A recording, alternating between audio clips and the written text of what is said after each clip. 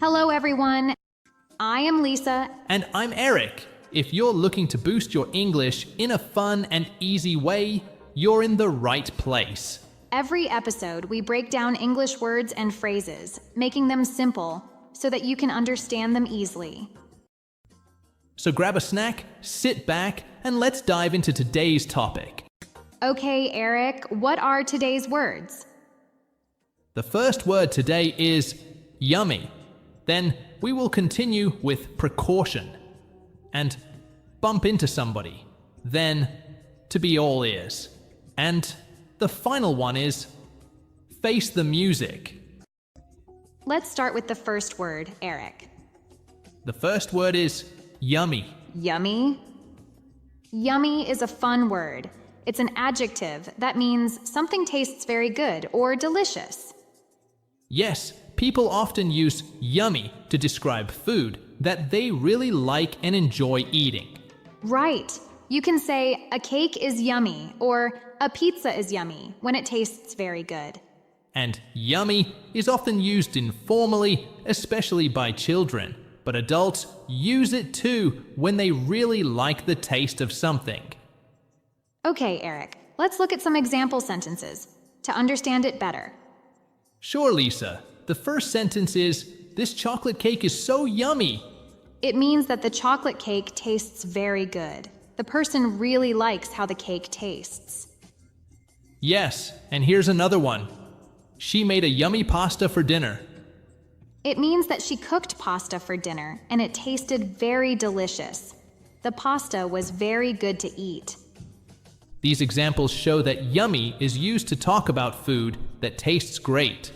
Remember, yummy is a simple and informal way to say something tastes very good. Now let's have a sample dialogue using yummy after the movie clips. Oh, this looks so yummy. It's really yummy. You will like it. Hey, Amber, what are you making? It smells so good. I'm baking cookies. Do you want to try one? They're very yummy. Sure. These cookies are really yummy. You're a great baker. That was a fun dialogue to show how yummy can be used in a conversation. That was a tasty dialogue. Eric, do you have a favorite food that you think is very yummy? Yes, I love pizza. It's always yummy, especially with lots of cheese and pepperoni. Pizza is definitely a yummy choice. Do you cook any yummy dishes yourself? I make a really yummy spaghetti with homemade sauce. It's my favorite thing to cook and eat. That sounds delicious. What's the secret to your yummy spaghetti? I use fresh tomatoes and lots of garlic. It makes the sauce very tasty and yummy. That's great. I think fresh ingredients always make food more yummy. Absolutely. It's fun to cook and try to make food as yummy as possible. We hope our listeners found this explanation and dialogue helpful. All right, what is the next word, Eric? The next word is precaution. Precaution. Precaution. Precaution? What does that mean? A precaution is something you do to prevent something bad from happening. It's like a safety measure. Ah, I see. So, if you take a precaution, you are being careful to avoid danger or problems? Like, being careful in advance to avoid problems? Exactly. For example, wearing a helmet when riding a bike is a good precaution. It means that wearing a helmet helps to protect your head in case you fall off your bike. It's a way to keep safe. Right.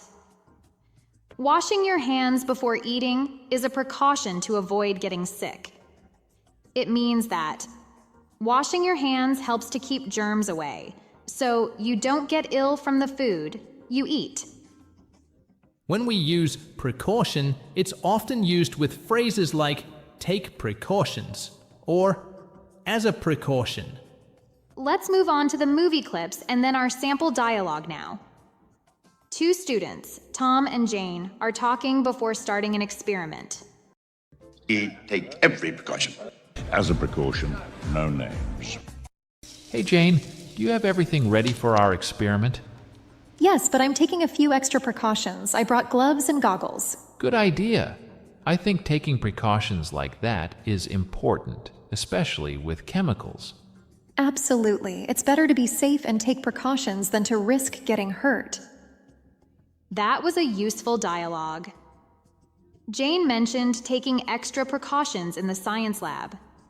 What do you think about that, Eric? I think it's very smart. It shows that Jane is careful and doesn't want to take any risks with the experiment. Yes, and it's always good to take precautions when dealing with chemicals. Do you ever take any special precautions yourself, Eric? Yes, I always wear a seatbelt when I drive. It's a precaution to stay safe in case of an accident. What about you, Lisa?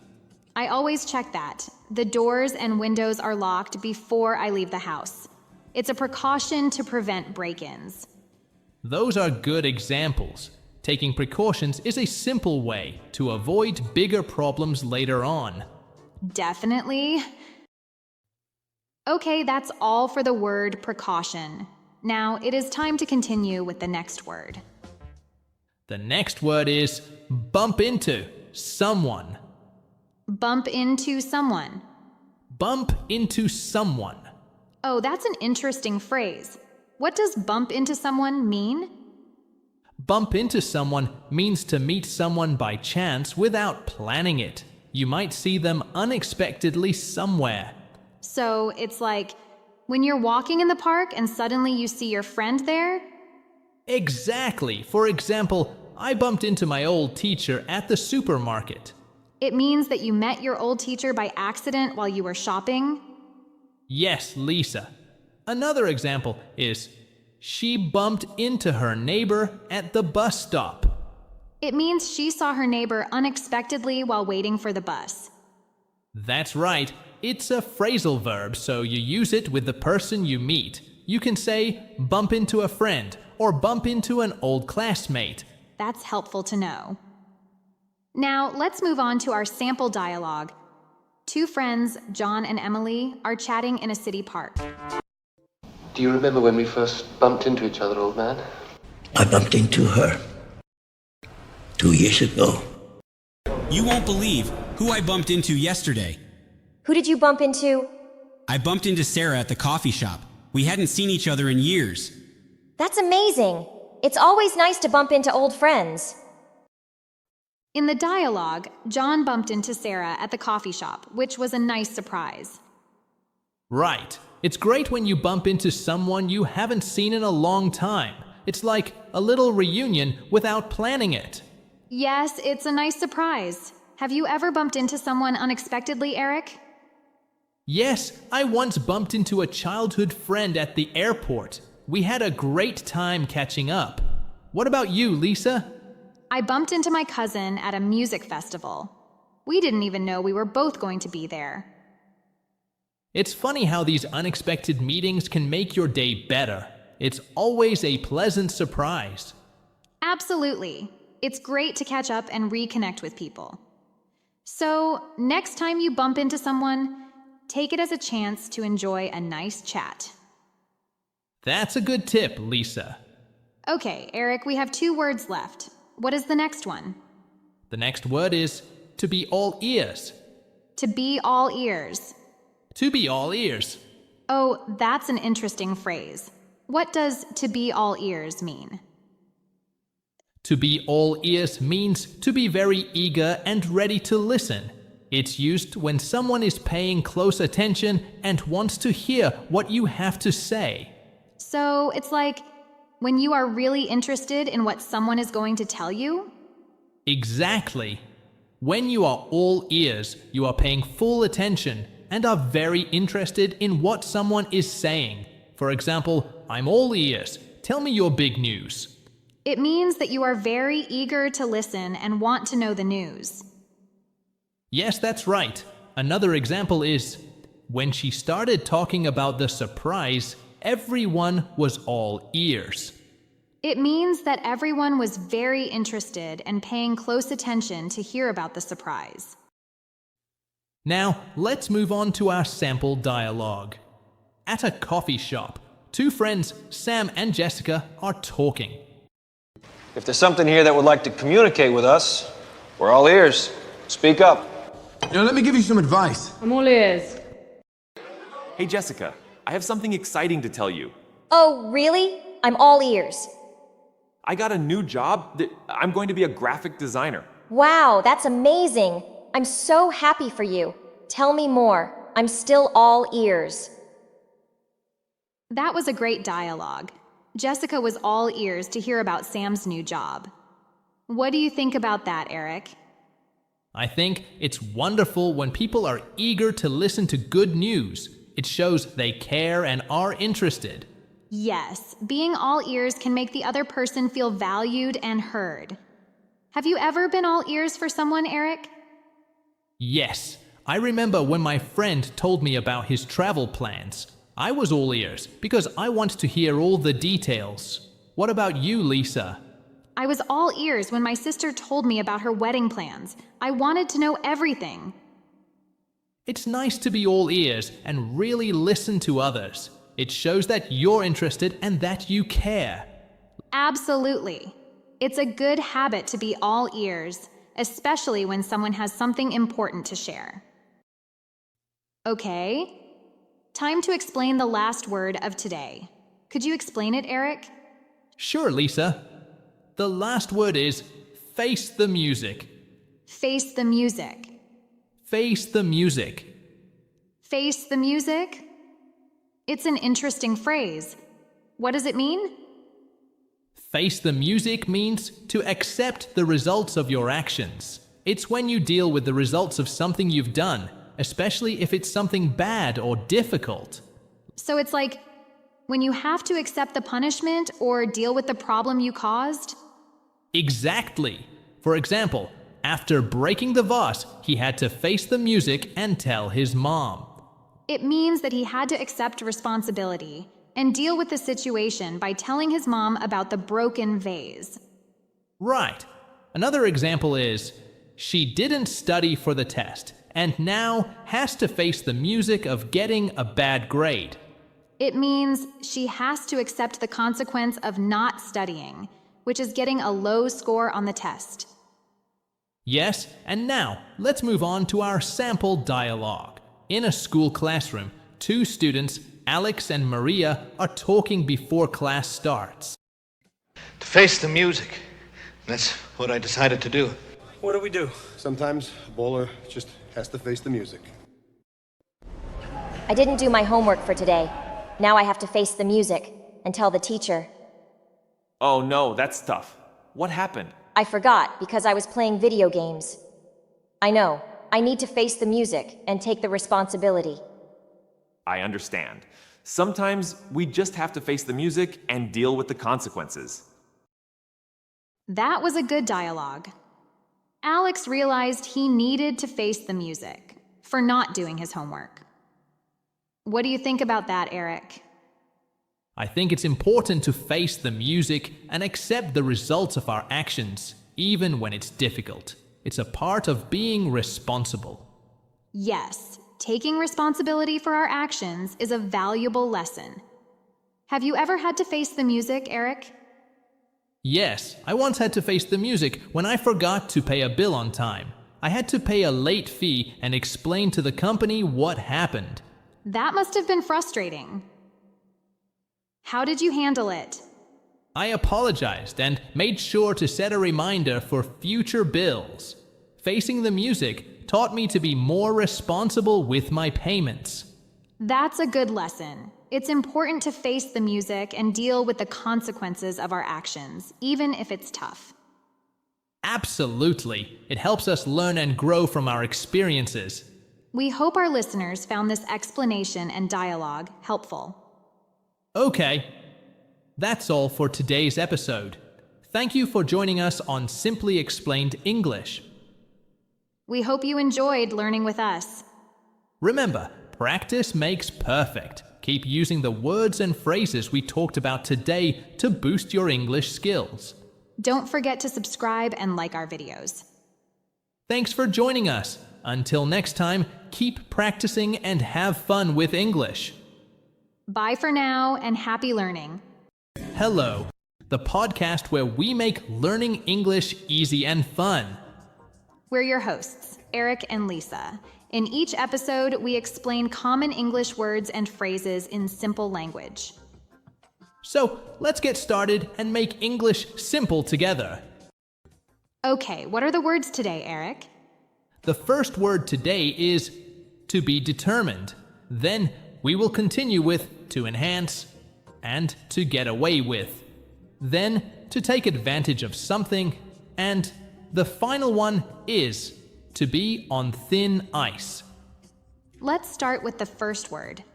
The first word is to be determined. To be determined.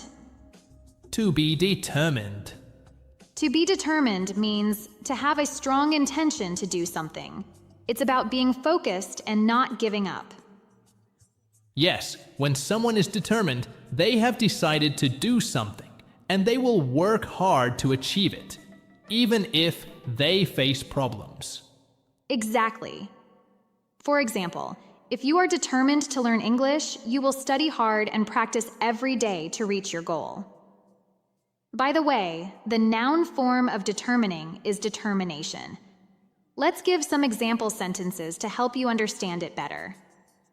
The first sentence is, she is determined to finish her homework before dinner.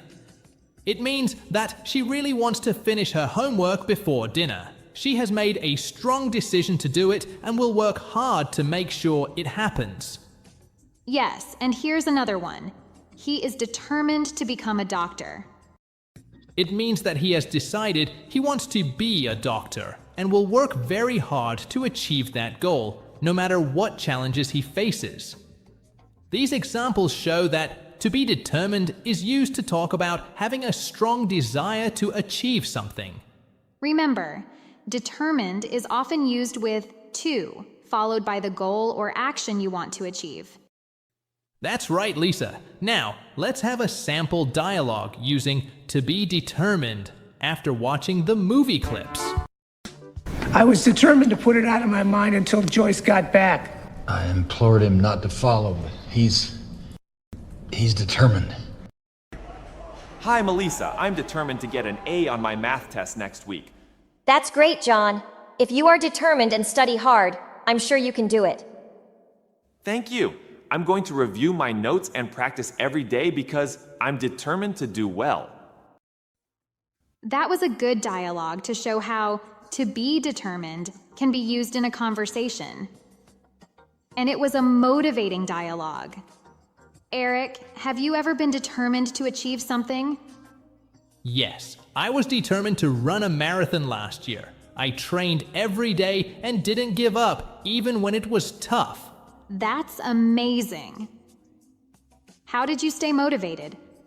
I set small goals for myself and remembered why I wanted to run the marathon. My determination helped me keep going, and I finished the race. That's a great example. Being determined can really help us achieve our goals. Absolutely. It's important to stay focused and not give up, even when things are difficult. We hope our listeners found this explanation and dialogue helpful. I hope so, Lisa. Okay, the next word is to enhance. To enhance. To enhance. To enhance means to make something better or to improve it. For example, if you add more lights to a room, you enhance the lighting, making the room brighter and nicer. Exactly. When you enhance something, you are trying to make it better in some way. It's like making something better. Now, let's give some example sentences. They planted flowers to enhance the garden. This means they added flowers to the garden to make it look more beautiful and colorful. The garden was nice, but with flowers it looks even better and more attractive. Yes, adding flowers improved the garden's appearance. When we talk about the word to enhance, we usually use it with things that can be made better, like a picture, a garden, or even a skill. You often enhance something to make it more valuable or more pleasing. Now, let's give a sample dialogue using to enhance after the movie clips. We're here to enhance your skills, test you to the limit. Now, no doubt, the court was seeking only to protect and enhance the quality of this child's life. Tom, how can we enhance our presentation? I think we should add some pictures. That will enhance the slides. Good idea. We can also include some videos to enhance the information. Yes, that will definitely make it better. In this dialogue, Sarah and Tom are working on a presentation. They want to make it better, so they talk about adding pictures and videos to enhance it. Yes, adding pictures and videos will improve their presentation. It will make it more interesting and help people understand better.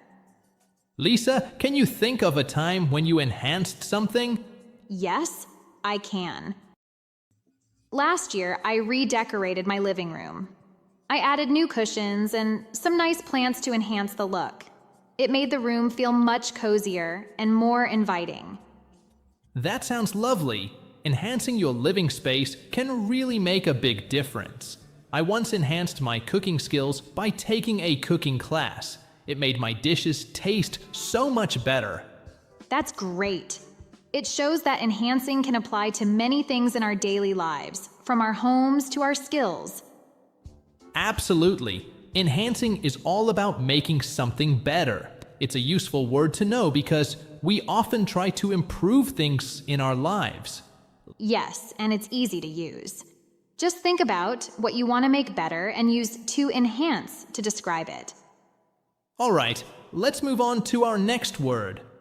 The next word is to get away with. To get away with. To get away with. To get away with means to do something wrong and not get caught or punished. In other words, you do something bad, but nobody finds out and you don't get into trouble. Good explanation, Eric. For example, the student got away with cheating on the test. It means that the student cheated on the test, but the teacher did not find out, so the student did not get into trouble. That's right. Here's another example. The thief got away with stealing the car. It means the thief stole the car, but the police did not catch him, so he did not get into trouble. Good job. Now, let's give a sample dialogue using to get away with. So do you think you get away with what you did? Oh yeah, you got away with murder. Did you hear about Tom? No, what happened? He got away with not paying for his parking ticket. Really? How did he do that? He just ignored it, and no one made him pay. Wow, that's lucky. But I think it's not fair to get away with things like that. I agree. It's not fair, but sometimes people do get away with it. What did you think about Mark and Jane's conversation, Eric? I think it shows that sometimes people do bad things and don't get into trouble, like Tom in the dialogue. Yes, it's true. Tom didn't pay his parking ticket, and nobody made him pay. That's what to get away with means. Exactly. Lisa, have you ever heard about someone getting away with something? Yes. Once my friend forgot to return a library book, and she got away with it because the library didn't notice. Oh, that's interesting. Sometimes people are lucky like that. Yes, but it's not good to get away with things. It's better to do the right thing. I agree. It's always best to be honest and follow the rules. Right. So remember, to get away with means to do something wrong and not get caught or punished. And it's important to use ing form if you use a verb after get away with. For example, get away with cheating. Good point, Eric. I hope our listeners understand how to use to get away with now. Yes, I hope so too. Let's move on to our next word. What's the next word, Eric? The next word is to take advantage of something. To take advantage of something. To take advantage of something.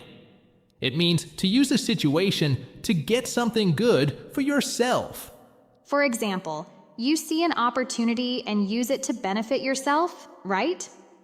Exactly, Lisa. Now, let's look at some example sentences. I'll start. Here's the first example. She took advantage of the sale to buy new shoes. It means that she saw the sale and she used the chance to buy shoes at a cheaper price. That's right. Here's another example. He took advantage of his free time to learn a new language. It means he used his free time to do something good, which is learning a new language. Yes, Lisa. Now, let's talk a bit about how to use to take advantage of. This phrase is usually followed by the thing you are using to get a benefit. It's often used in a positive way, but sometimes it can have a negative meaning if you're using someone in a way that is not fair. Yes, for example, if you take advantage of someone's kindness, it means you are using their kindness for your own benefit, and it's not very nice. But usually, it means to use a good opportunity.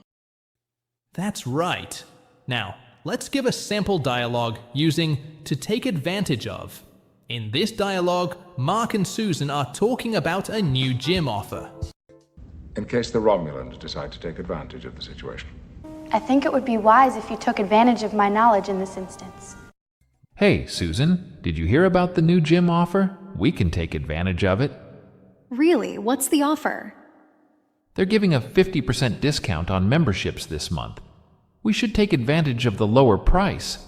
That sounds great. Let's sign up and take advantage of the deal. In this dialogue, Mark and Susan are talking about a new gym offer. They want to use the opportunity to get a discount on their gym memberships.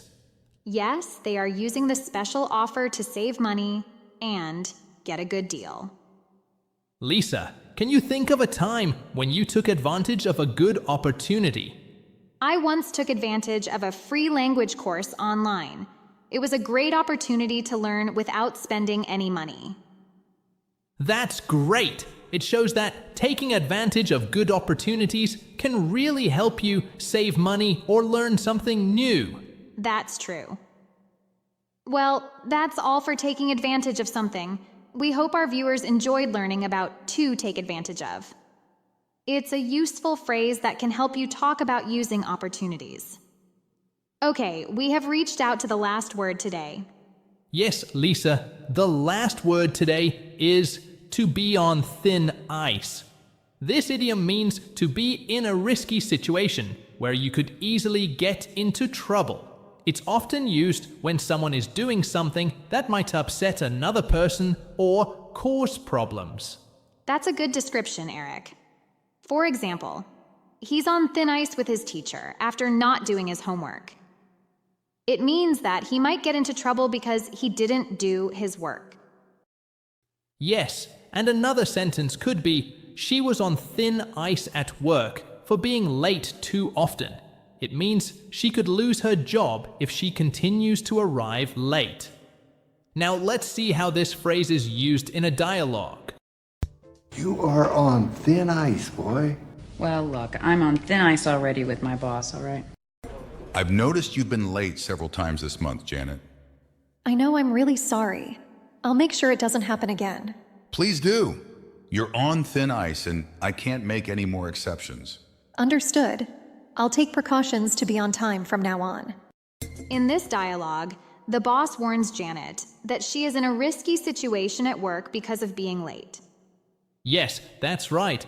Lisa, have you ever felt like you were on thin ice? Yes, I forgot to do my homework several times. My teacher told me I was on thin ice, meaning if I didn't start doing my homework, I might get into serious trouble. I once felt like I was on thin ice at work because I missed a few deadlines. I had to work extra hard to make sure I didn't get into more trouble. And remember, to be on thin ice is an idiom that means you're in a risky situation and you need to be cautious. Good point, Lisa. I hope our listeners understand how to use to be on thin ice now. All right, that's all for today's episode of Simply Explained English. We hope you enjoyed learning with us. Remember, practice makes perfect. Keep listening and keep learning. Thanks for tuning in, and we'll see you next time. Bye for now.